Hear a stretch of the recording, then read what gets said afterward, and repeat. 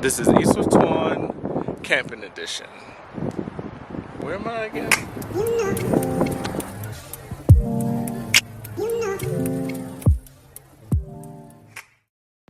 This campfire berry crisp is amazing. It's very short, simple, and perfect for when you're outdoors. I'm adding that mixture to my mini cast iron server.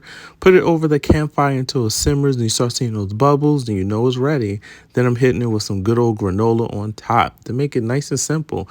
Add some honey for additional sweetness and then some lemon zest. There you go. We need that freshness.